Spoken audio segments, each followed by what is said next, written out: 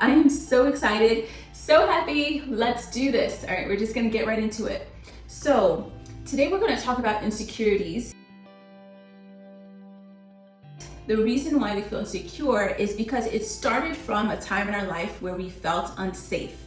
If you look at insecure, secure is safety, right? So the lack of safety is what resulted in the lack of security, which is what has resulted in your current insecurities. And so that could be safety around feeling safe enough to be in the world looking as you are, beauty. It could be feeling safe enough to be in environments where you may not feel like you're as smart, as intelligent, safe enough to feel like you can be in a relationship, that you can try. All of the insecurities that we have stemmed from times when we did not feel safe, and that became a part of who we were, and we connected those situations with us not feeling safe. And because in our mind we've made that connection, anytime we approach those topics, those scenarios, those situations, our mind conceptualizes that like we are facing a lion and it's time to run, it's time to get out of there, it's time to escape. And so when we're working on our insecurities, it's really important for you to approach it knowing that you're dealing with someone that doesn't feel safe, doesn't feel secure, and potentially feels threatened, and that someone is you. And so the reason why I say it like this is because, I've done this too. Just pushed myself into just, yes, you are worthy. Yes, you are enough. Yes, you are, pushing myself into these affirmations. And it's like pushing a scared, terrified person into the middle of a ring and like, yeah, you can do it. You can face this lion. You'll be fine. You'll be perfectly safe. And the person's terrified. Even if the lion the lion that you're trying to push them in front of is really just a small cat, but they're picturing it as a lion. You can't change what they're picturing, right? You can't change what yourself is picturing. They picture it as this big, scary, monstrous thing. So pushing and shoving yourself like, you are loved, you are okay, you're enough. Just go out into the world believing that is not gonna work, because you're dealing with an insecure, afraid version of yourself. The fact that whatever positive, affirming belief that you're trying to push on yourself, that you're trying to adopt, does not feel comfortable, does not feel right, and almost feels like you're lying to yourself. It's good to acknowledge that. And so when you're speaking to yourself through this challenge, and when you're doing things that deal with your insecurities, start with what feels natural to you. If you still feel resistance and icky about it, you can start with how you feel. You can start with saying like, you may not feel like you are worthy, but you will learn how to accept that truth. You may not feel like you're the most beautiful, that you're beautiful, but you will learn how to accept the truth. Start with how you feel. Speak to yourself like it is someone that is afraid. Speak to yourself like it is someone that is insecure, that it is someone that has been harboring this belief for years, not just shoving it, not just reading this and like, I have to believe it, and then beating yourself up. Why don't you believe it? Why do you fall in this trap every time? Why is this so hard for you to accept? No, you're dealing with an insecure, afraid version of yourself.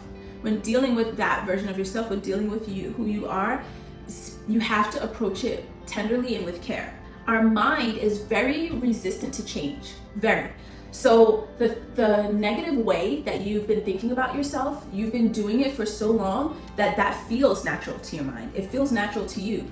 So when you're saying all of these more positive, more affirming things, your mind, it's different. Our mind does not, it just doesn't grab it right away, because what the past that's been paid in our mind has already been paid years, been ground in years from us repeating and being obsessive and ruminating on those thoughts. The new thoughts that we're trying to adopt is foreign, and our mind always tries to go back to what is familiar, what is like safe, and even if it's destructive, it's safe. And that's why sometimes we may find that our impulsive reaction may be to be like pessimistic, or for me it is to be sad. Like I am impulsively, is that gonna like sound bad, but I am impulsively given to reacting sadly to things. And I know that's not the right way to say that, but that is my impulse reaction because I've always done that and been that way. So that is what is familiar. That is what is familiar to my mind. But in order for me to create new paths where I am having a better coping besides like just sitting in my sadness, because I can sit in it for weeks, months, I can sit and dwell in the sadness, but I have to create new familiarity for my mind, and that's what you have to do as well. Don't be so hard on yourself if it's taking a long, if it's your mind is being resistant, it's taking a long time to adopt the new thoughts or adopt the things that you're saying, you just look at it like you're creating new lines in your mind.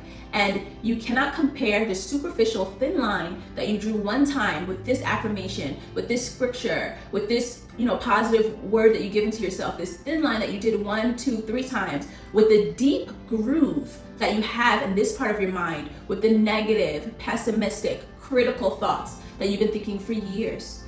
If you compare both paths in your mind, it's hard to imagine that your mind will not just keep going to what's deep, consistent, ingrained, and ignore the thin, superficial line. The goal is to make what is thin and superficial also deep, also more cavernous and more engraved than what was there before. But that is only going to take time. So our exercise for today is, I want you to start thinking of your inner critic. I want you to think of that critical version of yourself. What does that critic always say to you? Is she or he always saying, like, you're not enough, you shouldn't be talking, you'll always be alone, you're so embarrassing? What is that critic? What is their lines? I want you to be super specific, not about the things that your critic is saying, not just one line, but detailed. What is your inner critic saying to you? Now, either on the back of that paper or on another sheet of paper, or if you have room on the other half of that paper, I want you to identify where in your life did your critic learn those things about you? What experiences, what things happened in your life where your critic learned to give your mind this ammunition to use against you? I want you to write those things down. When you're done writing your list that your critic says to you and writing the source, where they came from, and you may not know, when it comes to the source part, you may be unsure, right? If you're unsure where it came from, write experiences where you've heard it, where it was validated or confirmed for you. And if you can't think of where it came from, you have no source, no proof, that's even better, because you're showing your mind that there's no proof to believe what you're believing. But for the most part, a lot of times we do have proof, we do have sources, we do have things that's connected to our thoughts. So if you have this paper, the one half or the 2 pages, one is with your insecure thoughts and your things your inner critic is saying, and the other is where they came from, the proof that your brain has. When you have these 2 papers, look at the things your critic is saying and look at where your critic learned them. And I want you to ask yourself, how can I show love to this critic? I know it's gonna sound weird, but remember that the critical, insecure version of yourself is afraid, is terrified. That's why you're holding on to these beliefs. How can you show love to that person that believes those things that you have on one side, the thoughts, and that has experienced these proofs, this evidence? How can you love someone that has had those experiences and that thinks those things? What can you do in your life today, tomorrow, ongoing? What can you do to show love to that person? That's something that I can't tell you. That's something you have to think about for yourself. But it's super important, because in order for you to quiet the inner critic in yourself, you have to first show love to that version of yourself and understand that you are only behaving because you are the product and the result of circumstances and experiences that you've had. And you have to show love to help yourself learn that you're okay, that you're safe, that those things that happened to you that you survived can either be used to teach you lessons, can either be used to show you a better way of living, to show you something, or can be wounds that you carry around with you for all of your life and you refuse to treat and allow to heal. Use the evidence that you've collected here. Use this to help support the things that you're saying to your younger self in the days to come, because that has resulted in your insecurities. Your insecurities have created your current thoughts. Your current thoughts have affected your current actions. Your current actions is what is painting a picture and dictating the way that you're living right now. To change this trajectory, to change this cycle, you go back to the root. We're going back to the root, and we're showing love to the critical version of ourselves that is angry, upset, afraid, unsafe, unheard, unseen, unknown. We're showing love to that person. Let's create new pathways. Let's create new ways of thinking, living, and being. Let's boldly flourish. We got this.